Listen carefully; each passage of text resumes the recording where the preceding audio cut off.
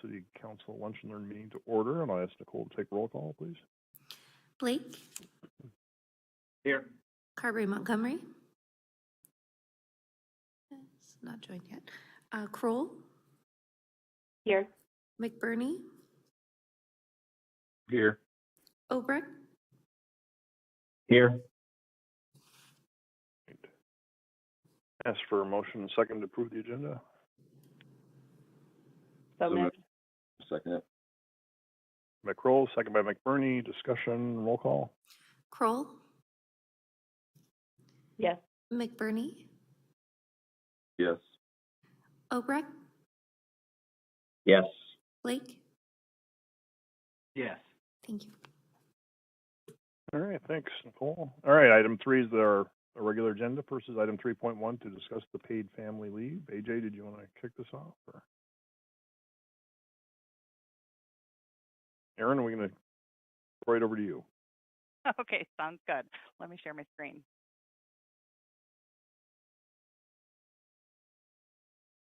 Okay. Hopefully you can all see that, but please message me if for some reason you can't. Okay. A few months back, Councilmember Blake asked us to talk in a little bit more detail about what the City of Urbandale currently offers for parental leave and perhaps research what some other communities are doing as well. And then also investigate some proposed legislation at both the state and the federal level. So we've had a little bit of time to look into that. Hopefully you'll find this educational. And then at the end, feel free to ask any questions or give some guidance on where we'd like to go from here. So currently, Urbandale does not have a standalone paid parental leave policy. How we administer this currently is that employees, mothers and fathers, can use all of their accrued sick leave for FMLA-related reasons, which includes maternity and paternity leave. So that's up to 12 weeks of paid leave, depending on how much time they have available. A majority of our staff accrue 1 day of sick leave per month, so 12 a year, and can roll that over and accumulate up to a maximum of 1,200 hours, which is roughly about 30 weeks in total if you max that out. So I would say on average, a majority of our staff that take advantage of paternity and maternity leave have a majority of that paid, if not all of it, but definitely depends on how long they've been with us and how much sick leave that they've accrued at the time. I thought you might be interested just to know some statistics on the volume that we see here at the City of Urbandale and then also by department. So we're not talking about a huge volume of parental leave. If you look back at the last 5 calendar years, on average, it looks like we have about 11 parental leaves. And surprisingly, 85% of them are paternity leave with our male employees, and only 15% are maternity leave with our female employees. So that was a statistic that surprised me a little bit. And then if you look at it at the department level, with police and fire or public safety personnel, there are in the orange portion of that pie chart. A surprising 65%, so about 2/3 of all parental leave are under those public safety departments. So in looking at implementing any kind of changes, it would just be really important to look at least historically, if we made any change, what are the potential staffing implications to those public safety departments that have the majority of that leave, at least historically. When we reached out to other cities to learn what they're doing, we found it was quite the mixed bag, and it looks like Urbandale is in about the middle of the road, depending how you look at that. So there were 3 cities that responded that said they have standalone paid parental leave policies. So Des Moines, Norwalk, and West Des Moines all have separate standalone policies that provide that paid leave. Looks like 4 weeks for Norwalk and West Des Moines, 6 weeks for paternity in Des Moines, and 8 weeks for maternity that are not used as a part of the employee's accrued sick leave balance. Other communities that administer it the way we do, where employees are free to use up to 480 hours for FMLA under their sick leave, are Waukee, Clive, and Ankeny. Waukee is the same as us. They can use the full 480 hours for a 12-week FMLA event out of their sick leave bank, while Clive is only 24 hours and Ankeny is only 80 hours. And then several communities didn't have a standalone policy and do not allow their male employees to use their paid sick leave for paternity leave, and that included Altoona, Grimes, Johnston, and Pleasant Hill. So really a mixed bag across the metro in terms of what different cities are doing. When we looked at proposed legislation, there were actually 2 bills proposed at the state level this year. Now, they were unique to state employees, so it didn't cover, other employers, including city government in the state, but just state level employees. They proposed 4 weeks of paid maternity and 1 week of paid paternity leave, but that bill is dead. It didn't make it through the funnel. And then at the federal level, there's also another bill proposed to provide 12 weeks of paid FMLA, not just exclusive to parental leave, but for any FMLA-related reason. And I don't know the status of that one. I think it was still pending last we looked, and I don't know the likelihood of that passing. But again, that is exclusive to federal government employees and wouldn't have any applicability to city employees or any other nonprofit or private employer. So that's really kind of what we're doing, what other cities are doing. Not a lot of legislation out there that really would apply to us. So I guess I'll open it up to what questions you all might have about what we're doing, what we could or should be doing, and what you might like to see as the next step. So this is Matt. Just a question. When I've had conversations related to this with staff in the past, they've mentioned that, again, and it showed within the pie chart that public safety tends to be the biggest users of it in the paternity. And if they use it all at the same, if we have 3 officers that have it all at the same time, that might be an issue when it comes to staffing. So in Des Moines and some of the other ones that have the standalone benefit, have they addressed that in any way? Do you have any conversations related to that? I haven't. I would imagine in those larger departments especially, it's just easier to find coverage. Being a couple officers down at the same time isn't going to have as big of an impact on their overall minimum staffing requirements like it would for smaller communities. So it really surprised me about Norwalk having that benefit. That was kind of an outlier in there. I would say that it would definitely have staffing implications if we were to implement something. I think it would encourage more people to utilize it and utilize it for longer. Not that that's a bad thing, but we'd need to be ready to address that. We run pretty lean in most of our departments, and at least in the 3 years I've been here, we've never been fully staffed in police. And if I had to estimate, I'd say about half the time we're fully staffed in fire. So we'd have to look at perhaps even bulking up our staff, because if that's an FMLA-related leave, which it is, eligible for that, we are required to allow that full 12 weeks of leave. So we would need to beef up our staff to be able to accommodate more time off. It's really hard to anticipate, though. You never know. Some years we have 9 babies, and some years we have 18 babies. So there's no predicting it. Forgive me if I missed it, but the accrual rate you said was 1 day per month? Yes, How that's does correct. that compare? How does that compare? I would say that that's pretty typical. We just evaluated our overall paid leave program and compared it to other cities just this last year. And I would say now we're pretty right in the middle. Some do a combination of PTO and some have it separated out like vacation and sick, but overall we're right on average. And then I know we're talking paternity, but that it being the sick leave bank as well, do we have others exhausting that sick leave bank for other issues? Yeah, absolutely. But it's really on both ends of the spectrum. We have quite a few tenured employees that have maxed out their bank and are sitting at 1,200 hours and no longer accruing. And then we have employees for other reasons. Maybe they're new, or maybe they've just had a long absence they weren't prepared for, or whatever the case, or ongoing health issues. We do have a few that linger at the bottom end of that are using it as soon as they accrue it too. But I would say the majority of employees are in the middle that just pretty much always have a couple hundred hours in the bank. Okay. For a rainy day, if you will. So for cities like West Des Moines and Norwalk, they offer FMLA on top of what they allow for the paid parental leave, correct? So they'd run them concurrently. So their standalone paid parental leave would run concurrent with FMLA. So they still only get 12 weeks. They're just guaranteeing payment of a portion of that without having to pull it from the employee's own accrued sick leave. So if we implemented something similar, we wouldn't necessarily be extending the amount of time somebody would be gone. So really, from a staffing perspective, shouldn't that have already been taken into consideration with the numbers that we have now? Yeah, it would. I would say the only case for extending it would be those that previously wouldn't have taken it or wouldn't have taken as much parental leave because they didn't have the time saved up or didn't want to utilize their own accrued leave for that. So it's hard to anticipate what that would look like.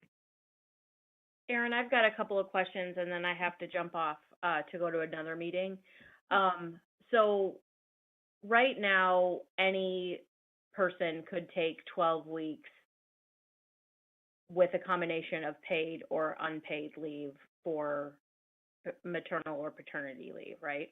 Yes, that's correct. So really what we're talking about, and that's under federal law. What we're talking about is possibly adding a guaranteed paid portion for those employees that don't have the huge banks of time. Yeah, exactly. We talk about how it's funded. Yep. Okay, so would, say you only have a couple, 2 or 3 weeks funded, could you use accrued vacation time Mhm. to supplement? I know that's what I did when I was at the city of Des Moines, is used a combination of city or vacation and sick leave. Okay, and then, so if we say we offered 4 weeks guaranteed paid, would that be the first to get used? Or would that be our determination? Yeah, that's an excellent question. So currently, people do use a combination of all their leave. First, it's sick leave, then vacation, then personal leave. They can use their accrued comp time if they're a non-exempt employee that has comp time, but we don't mandate use of that. And if the city were to implement a standalone paid parental leave, that would go first. And then any additional time off beyond that would follow what I would call our practice right now for sick leave, then vacation, then personal leave, to get them to the full 12 weeks or as much time as they choose to take. Less than that.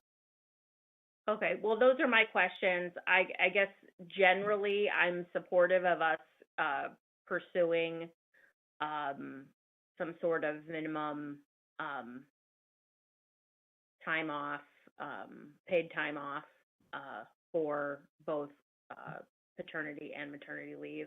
I don't know where this discussion will go, but I'm generally supportive. So sorry again about my bad scheduling, but going through DART CEO resumes today. So could probably use Erin's help on that too. So All right, thank Thanks a lot, you. guys. Have a Yeah. great day. Erin, I have another question.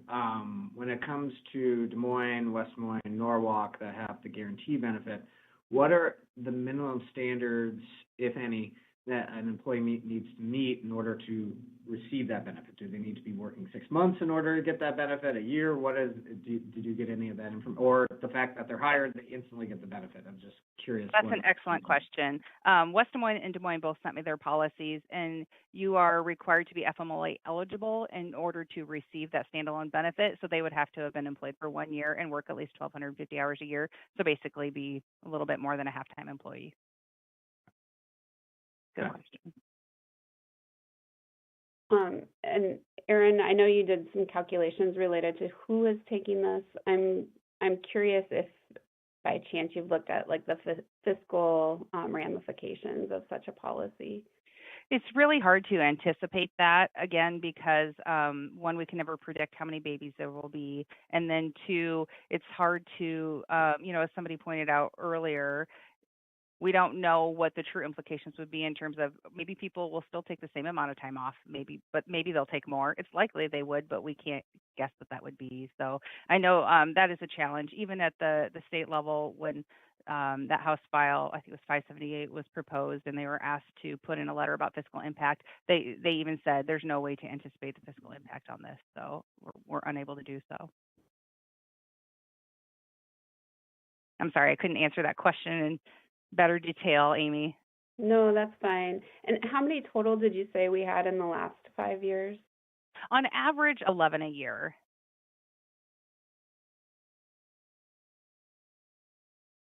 Thank you. Keep hitting you with questions. And so then, outside insurance options, is there short-term disability, things like that also an option for the employee? Excellent question. We do not currently have a short-term disability policy. We have a long-term disability that kicks in, though, much further down the road and wouldn't typically apply to like a parental leave situation. But we did last year when we added additional voluntary benefits, we toyed around with adding the short-term disability, but didn't. But that's something that we'd like to consider in the future as an optional employee-funded benefit. Okay. And then, so for, normal delivery process, seems like we've got it, where our policy is. What if somebody's more emergency room, NICU, extended issues? Is it still the same thing, or is there additional accommodations? It is the same still. It still fall under the 12 weeks with the required use of accrued leave prior to going unpaid. Okay. Aaron, and I don't know whether you communicated with your counterparts enough to get this answer. Did other cities utilize this in marketing for staff or trying to attract new talent or anything of that nature, or was it just a benefit and it was just something they got to utilize? Well, I can say from my own personal experience, because I'm signed up for every email notice in the state pretty much when someone posts a job, because I'm curious what we're out there competing for. I don't see it necessarily advertised in big bold font. If it's somewhere hidden in the benefit summary, it could be, but it certainly is, an attractive benefit to prospective employees. But I don't see it as a main point being highlighted in postings typically.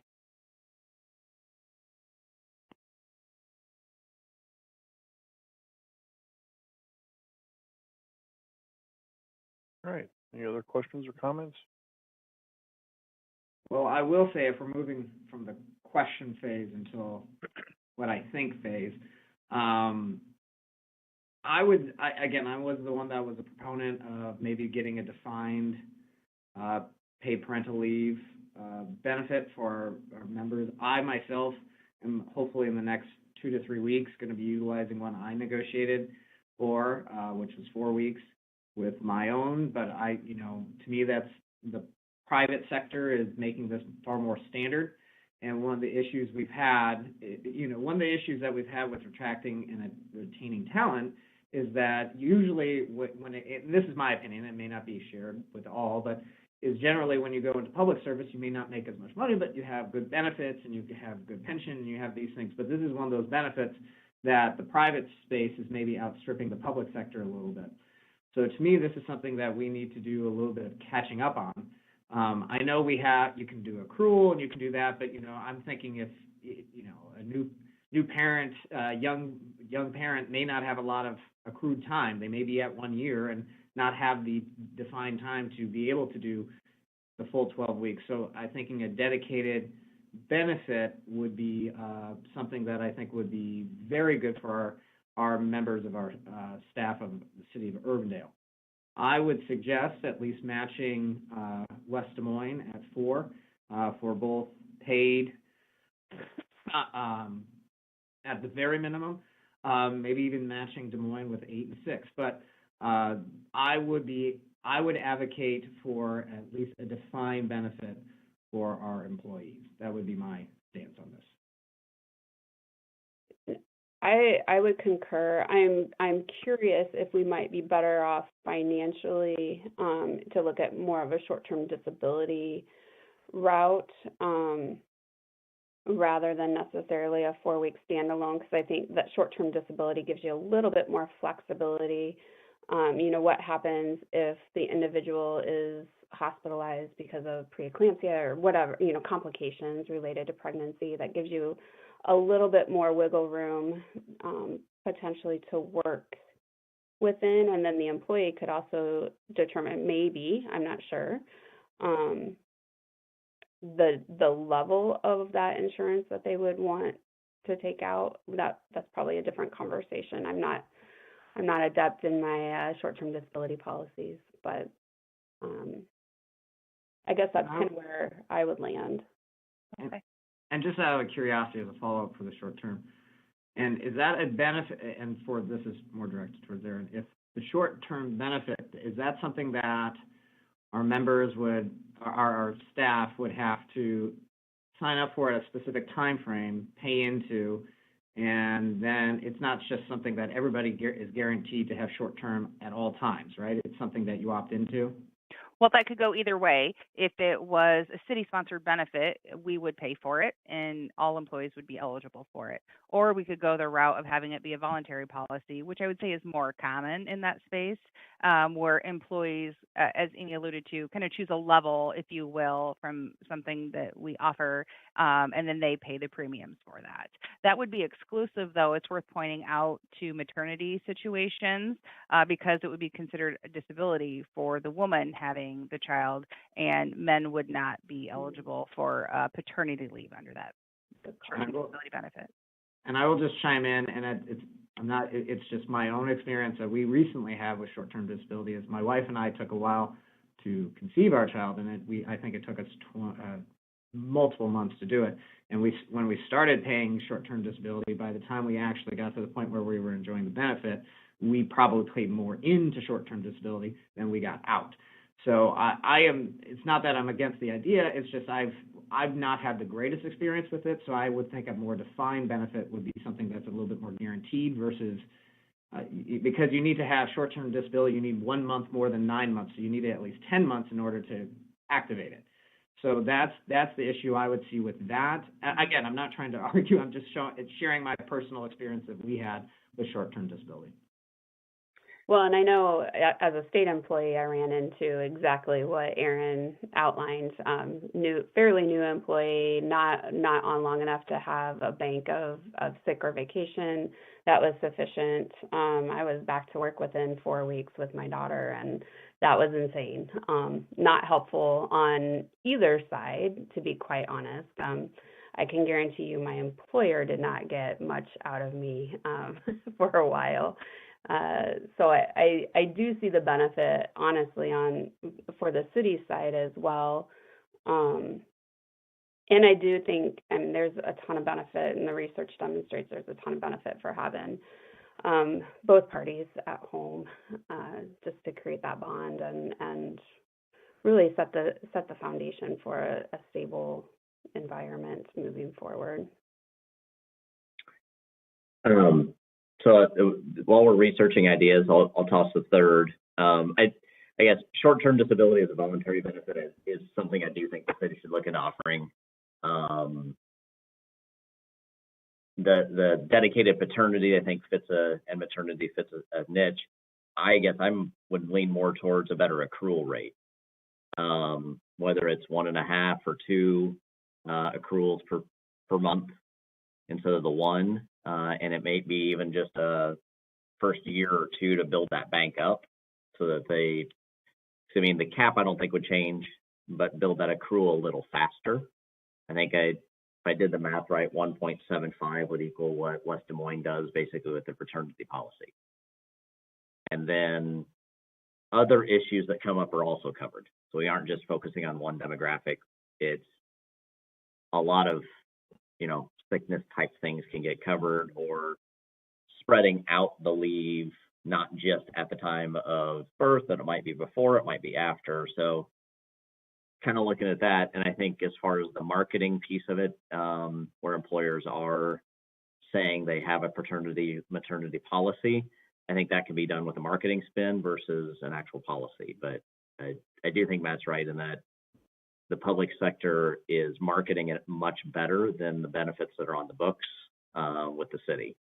So highlighting it, out maybe in the hiring process, that if your pregnancy is on the mind, here's the ways we cover it in Urbandale. That gives you a maternity paternity coverage. So just adding to the list of how do we deal with this, the accrual rate change, and I don't know how that impacts us with other employees, with other issues. I don't know what the financial impact is of that versus a standalone policy. Okay. Yeah, I'm of the opinion that we offer parental leave as a benefit, and I just want to ensure that when we're doing it, we're defining it as also adoption placement in addition to it. Because I feel like that's going to be important. And yeah, offering short-term disability as a potential option for folks who want to opt into it is, I mean, I think it's always good to have that option available. I don't necessarily think it's something that we need to offer as something that the city pays for, but I would be okay with offering 4 weeks at a minimum.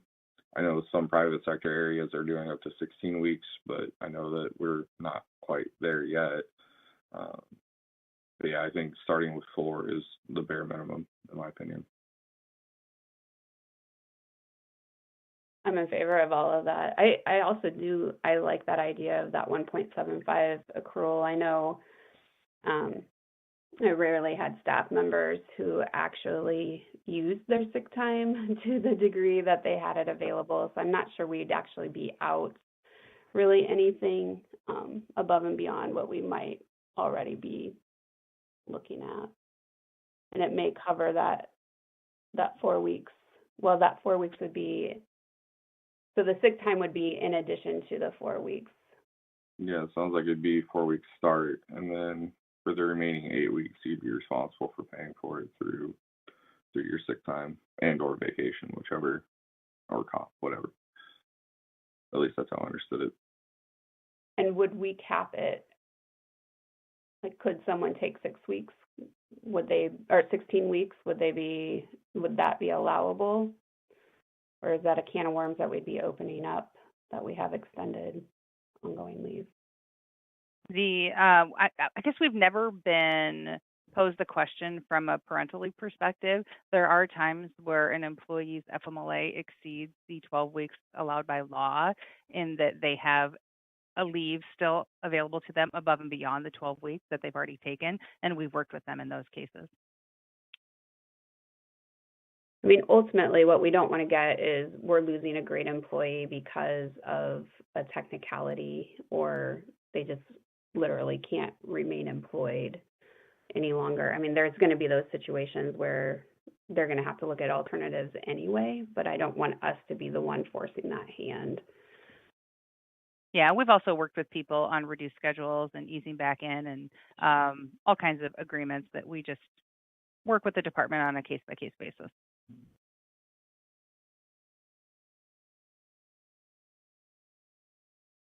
All right. Further discussion? Again, I'm fully in favor. I think we've had good discussion on this. I fully agree. We need to be competitive with not only other cities, but certainly with the private sector as well. And so we need to provide something that would be of benefit to our employees and potential employees, so they view us as an employer of choice and want to stay with us. We've always had that great history of our city staff being very loyal to our city, and I think that's a result of how we provide benefits and how we value our employees. So I think this is a great example of that we value our employees, and we want them to thrive and be good, productive workers for our city. So. Okay, well, I'll work with AJ and our benefits broker to put together what it might look like for some voluntary short-term disability policies, a standalone paid parental leave, and potentially even accelerated sick leave the first few years of employment. And we'll be in touch when we're ready. All right, great. Thank you, Erin. Thank you. Thank you. All right, item 3.2 then is to discuss the community, human, and mental health services. AJ, you want to kick us off on this? I think I'm back now. No echo. Okay. I had numerous knocks on the door about people wanting to help me, so they come to my rescue very quickly. All right, thank you, Mr. Mayor, members of council. This is a continuance of the discussion that you had at your last city council meeting concerning the direction that you as a council want to go with the community, human, and mental health services activity that you would like to explore, to examine, to identify, however you'd like to place it in that list of vocabulary, is that you want to move this issue forward. And as staff, we presented some information and opportunities for you. It wasn't what you thought you wanted to have. And part of that was it's an opportunity. We wanted to put this on this format today, and it will be projecting forward as well as the opportunity for you to begin the discussion as a group as to where you want to go, how you wish to proceed with gathering information, making decisions, etc. I know that Councilmember Kroll has had numerous conversations with John Conyer from our staff, who will be, once again, the staff liaison and bringing this forward. At your council meeting, the mayor appointed both, asked Matt and Amy to serve as the council liaisons on developing something that we could move forward as a community to begin this investigation process. I think many of you, yes, Amy has sent out a number of emails based on her experience and how she's dug into this as to what the next steps should be. And again, as I put in the Friday memo, it was the opportunity to say, and it kind of building on a conversation that I had with Councilmember Kroll on this, was where do you see us in 2 or 3 years? What is it that you hope to accomplish as a council in establishing a policy and or establishing a program that helps to address those things that you feel are underserved or not served at all to our residents within the community, and identifying those segments of the community that need that extra lift, that need that extra help, that they don't know where to go for whatever services it is, or how we might be able to prompt that or to support or to push that forward. I would also ask at this time if, Amy has had a lot of work with this. She and I talked this morning. I thought, Mr. Mayor, with your permission, I'd kind of turn it over to her. Unfortunately, John is not able to be here. He's on another training exercise. So we'll certainly fill him in after what happens. But I think Amy had some really good points that are important to share with you as a group, as a member of the group, and as one who has some experience in this area, and then to gain your consensus, to get your comments, and then to continue this forward. So with that, Amy, I think I'll just I'll ask for your indulgence to help give us a little lift here. Sure. So first of all, thank you to all of you who were kind enough to respond quickly and swiftly to my texts and emails. Really, as stated and as sent out in the notes, this is about, what is it that we want to see as a community in 3 to 5 years? What do we want the end result to be? And then we can back into it based on what process makes the most sense for what we want to get. Now, as you look at that, I'd like to comment that first and foremost, all of us were fairly aligned with some holes in various places, but I took out the specific individual who provided the input and started to kind of collapse and group comments. And ultimately, at the end of the day, what we want to see is a welcoming community. And to get to that, we need to have strong city programs, processes, and services internally to the city that really look at residential needs. And then we need to operate from a strategic plan that's looking at our community needs assessment and our community data. Externally, we really need to think about what are our partnerships? What are our partnerships between our city and nonprofits, city and county, city and residents, and then city and our funders, or other people that we can engage or who are already engaged in funding services within our community.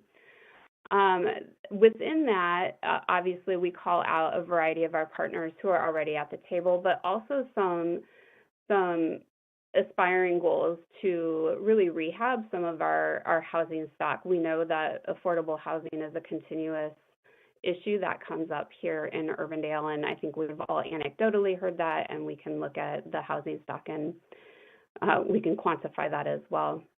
And the other big piece that I thought was worth calling out separately was this desire to have co-located services. What that looks like and who is in that space or co-located services really depends, ideally on what the data says that is needed. But the other key component of this, which I think is really why I wanted to take a step back, is we have the opportunity to get key partners on board as we move this forward. And I think within some of those conversations, we learn, like, what are services that are happening in our community that we may be unaware of? What is it that our partners are seeing as community needs that may not be getting risen to our level? It also helps us identify who are those entities out there who might be interested in funding some of these services, or perhaps helping with capital expenses to fund a building, and then we can utilize our resources in other ways. So really thinking through what key resources are out there and partnerships that we might be able to leverage, first and foremost, because this is for our community as a whole, and we want to make sure that we've done our due diligence to get the right people around the table and to have those conversations, make sure there's awareness that this work is going on. Maybe there's other initiatives going on out there that are very similar we can align with. We see that happen all the time where folks start talking, they're like, oh my gosh, we're doing that over here. We just hadn't communicated that yet. So I think there's some real key opportunities to get the right people around the table, learn about what other initiatives might be going on, and then ultimately, when we come back with a completed needs assessment, and I would argue a gap analysis as well as a strategic plan document, because we do have that finalized thing that we want to see here. When we come back to those key individuals and say, hey, this is where this process ended us up, what do you think about this? What are the resources we can tap into at this point? They're going to be much more willing to come around that table and have those conversations because they've known about it from the get-go. And furthermore, we'll be able to tap into them to ideally get access to data and potentially other resources, like I mentioned. So I'm going to stop there. Are there any questions, first and foremost, about what I just spouted off?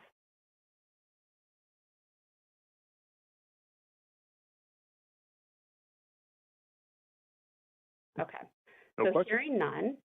The next piece of that was really about who are those other key stakeholders. And for some of you, this was easy. For others of you, you said, I have no idea even who would be around this table. So I pulled together the comments that were provided to me, as well as some just off the cuff ideas of who I have that I would automatically reach out to if I were in the situation of pulling these together. Again, this is just setting the stage. So I still think we need to do an RFP process, but we need to do our due diligence to set the stage, because what happens is when we hand this over to a contractor, we want to know who is it that they're engaging, who is it that's already agreed to be around that table, so we can give them a starting point and already make those warm handoffs for them. So this is the legwork that I see happening prior to the issuing of any RFP, because some of these conversations may result in like, oh, we hadn't thought about that. That would be something we would want to include in a scope of work. And then we'll be able to get this RFP ideally out the door. In terms of next steps, as AJ mentioned, we have the subcommittee. We are going to meet next Monday. I'm hoping to have kind of a key letter drafted that could go out to key stakeholders, either in an email form or in a formal letter form, or maybe even just a conversation. I think it's really important to note there are, at any given point in time, about 9 to 10 different community planning strategies happening simply in this region or in Polk County specifically. And we do want to make sure we're not reinventing the wheel, and we can use those pieces as a launching pad. Some of them are going to have more applicable data to Urbandale. Some are going to be more county-wide. But ultimately, what we know is there are some common themes, and we'll be able to pull that information. When I look through the results of what folks say they want out of this process, ultimately it's a lot of process pieces. It's a lot of outcomes. Like, we want people to feel engaged. We want them connected. We want to be a welcoming community. Some of those things don't matter. The data actually doesn't matter. We need to know kind of what the issues are, but ultimately we can put some processes in place, and I think that really comes more from a strategic planning process than a community needs assessment, to be quite honest. I think there's probably some underlying issues that are happening. We might be able to get to some of those with surveys, focus groups, et cetera. But I think we use our existing community data that we may be already sitting on.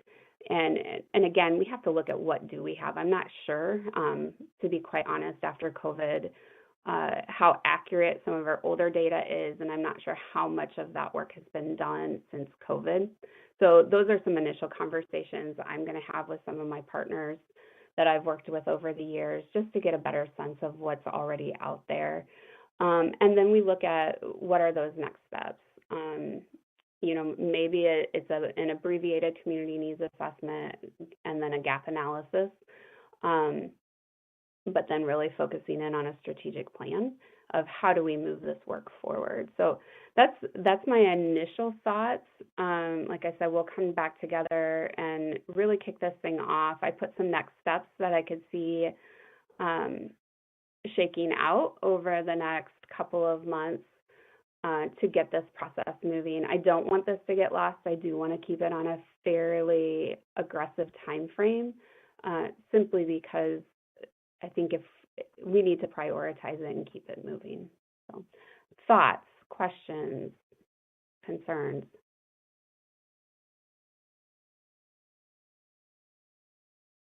Willingness to go and have meetings, volunteers. You kind of began to touch on it with the question I had. When are you thinking that we will be ready to send this out to RFP? Like, what is your timeline for that?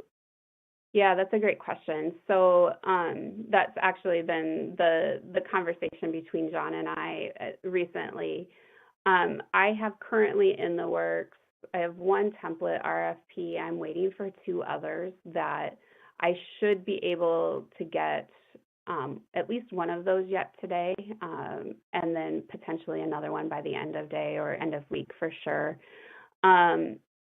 When you have a model and a template to work from, that process comes together fairly quickly. It's more about, making sure that we get the right scope of work for what we want to see accomplished. And then per John, it takes typically 45 to 60 days to have that RFP issued before we hear back. I would presume we would do some interviews with potential final candidates. Tentatively, I think I threw those in July. I'm looking at all my calendars here. And I'm not sure how far in advance something has to be published for City Council. Is that a week? For an agenda item, it's 24 hours in advance notice. Okay. And so that's, and an RFP process is, it is not subject to any of the publication notifications. So typically, if you're going to publish an action or an activity, it's either no less than 4, no more than 20 days in the publication process, but we don't have to do that. This process is driven by however the council wishes to drive that time frame. Just another provision. Remember that as a city, we're not bound by lowest bid. The city can select. This is a professional service, and this would be something that the council can choose whomever or whatever organization they think fits their needs. Great. And I think the other thing that we'll need to kind of grapple with is, do we issue this as one RFP, that's community needs assessment and maybe gap analysis, and strategic planning, or do we offer it as 2 separate elements, one being more strategic needs and gap analysis, and the other being strategic planning. Larger entities are going to have the capability of doing both of those pretty well. Smaller entities may focus more on one than the other. But I want to have some of the conversations with other key stakeholders to see what's already out there before we make a decision on what direction we go. There's nothing to say we couldn't do the community needs assessment gap analysis in the first 6 months and the strategic planning after that, or whatever the case may be for timing. That's some piece to be determined still, I think. Is there a preference of the committee or of the council of how we approach that work? Yeah, I'll ask the stupid question. Can you split them out into 2 RFPs but issued at the same time? So one entity could RFP for both, but smaller entities could pick which one they wanted? I don't think there's a reason we couldn't do that.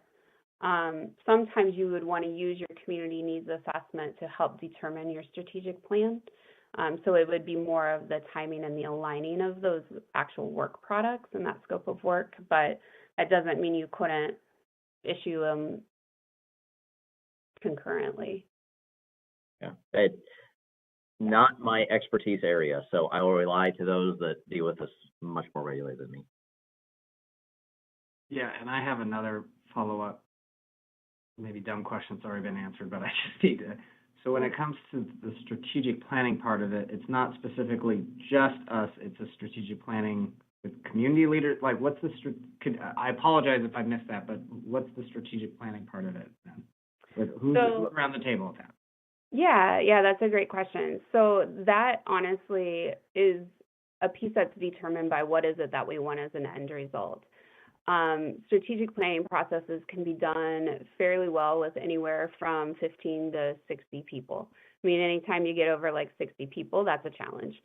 I would argue smaller is better, but there are ways to manage large groups effectively. So, and I've been part of strategic planning processes with over 200 people in rooms. I mean, there's limitations, of course. But I would see us saying, who is it? First of all, who would want to be part of that process? There's not a ton of people who love strategic planning in the day in, day out world. Who has time to be part of that? Who sees this as a priority for them?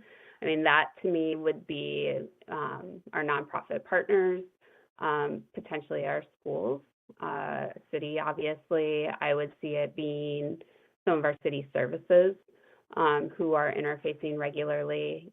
If we're seeing that housing, for example, is a huge issue, we might want to have some of the housing folks around the table. So I think it kind of comes back to what's that gap analysis piece. Where is it that we want to expand? Where are the issues that are really bubbling up? Those are the folks we're going to want around the table as we think through our next steps as a community. The chamber, I mean, that seems like a logical addition too. Yeah, and I'm sorry I'm doing a basis. Again, so we need the analysis before we do the strategic planning. The correct, we don't do them simultaneously. We need one before the other. I would argue you need some baseline community needs assessment data and analysis. I mean, because that's going to determine who's around the table ultimately. You can do them simultaneously based on kind of where we sense there's gaps. And again, some of those key conversations that kind of set the stage will help us determine that too. We might get to that, and honestly, what if, what if the Tomorrow Plan or the Capitol Crossroads has done this huge initiative, and they have a boatload of data that they're sitting on that's already broken out, and we're like, oh, well, that's great, and then we can just kind of dive into it a little bit quicker. I don't think we know that information yet. I know I certainly haven't done any of that digging since COVID. I mean, people have been just more on a surviving framework rather than a really digging into the data. But I know some of those, some entities are starting to dig back into the data to see the impacts of COVID too. So I think there's room there for surprise. I don't like to be surprised. I don't like to get knee deep into a planning process to find out that someone's already done a lot of the legwork that we're now replicating essentially. So I think we start with some of those key conversations. I don't think they have to take a ton of time, just to get a better sense of what is it that we're looking that we need to be really, what's our scope of work going to look like? I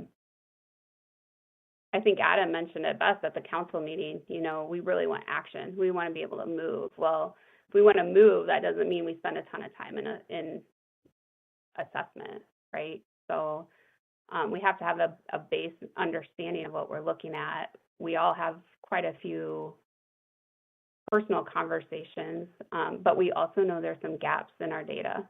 And it's important to kind of dig into those and understand what are those gaps before we move too far forward. So I don't know if that answered your question at all, Matt. Sufficient enough. Okay. All right. Any further thoughts on that?